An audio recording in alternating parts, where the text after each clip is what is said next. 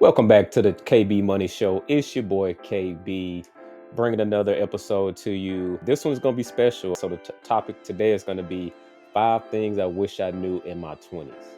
Without further ado, let's get into it. All right. So, I have a list here that I created that I just wanted to talk about.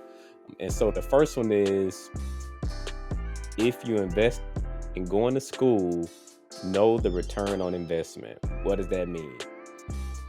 When you think about the chosen career path, think about it from, okay, once I graduate, what does this look like for me in year one, year three, year five, year 10, year 15, year 20? And what that will challenge you to do is look at it from a business perspective too.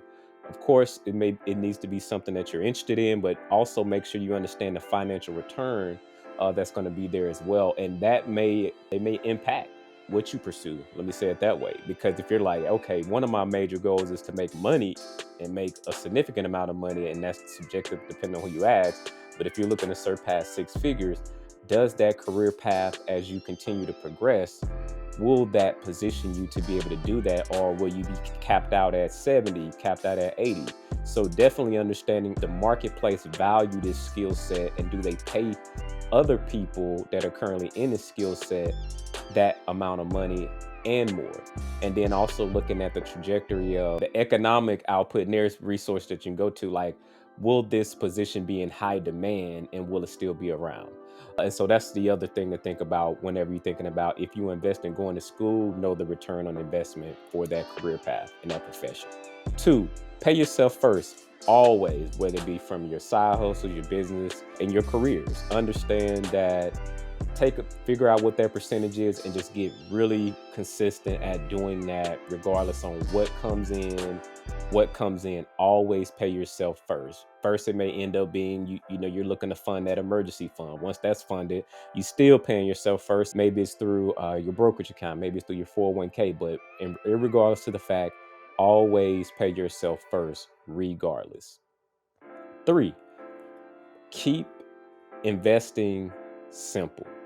And so what that can look like is, and again, this is not financial advice, but just an example.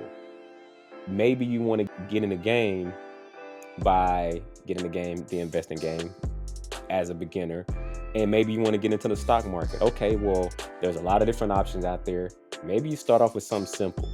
Maybe you do the research, and maybe just to get your foot in the door, maybe you do index funds, for example, and you just keep it super simple. You dollar cost average into an index fund that tracks the overall market. Many different options that will do that, and you just keep it simple, and then you build your knowledge, and then you expand and do more advanced things, or you just keep it simple, period, and you keep it simple, and you just keep dollar cost averaging, because what happens is it will accumulate over time, and it might not, year one is going to be much different than year 5, year 10, year 15, year 20. But the biggest thing is getting started and getting in the game, because that's going to generate some energy as well, in terms of you getting excited, you're seeing your accounts grow, and then you're getting more into it. You start doing more research, you start getting around more people that is also on that journey that you're in. And so there will be a compounding effect in terms of your financial education, and then you take it as far as you want to take it, depending on how in depth you want to go with it. But the biggest thing is keeping it simple, starting out. That way you don't overwhelm yourself, and you actually get in the game. Four, speaking of the game, play the long game. Life will be long, barring any illnesses or accidents that come up. But you're gonna be here a while. Obviously, no one has a crystal ball, but just play the long game. Because barring that you being like with you being healthy and no sort of thing, looking at the lifespan of the average person, the age span and lifespan of how long people are going to be here, you'll be here 60, 70 years plus. So play the long game. All right, so I'm just say you're 20, 25, whatever. Think about what the position that the 30-year-old version will be in, based on what you did in your 20s, and how that person will thank you. Then you do it for the 35-year-old version, and saying the 35-year-old version will thank the 30-year-old version, the 40, the 45, 50, and so on and so on. And so in order to do that, you have to play the long game. A lot of times when you first get started, it feels like, man, it's taking too long. It's taking too long. Well, the time is going to pass anyway. So play the long game. And if you can be patient enough, you will slowly start to see the compounding effect, and it starts to snowball. And the best way to do that is not to compare yourself with others, but also you can just reflect back and look where you were.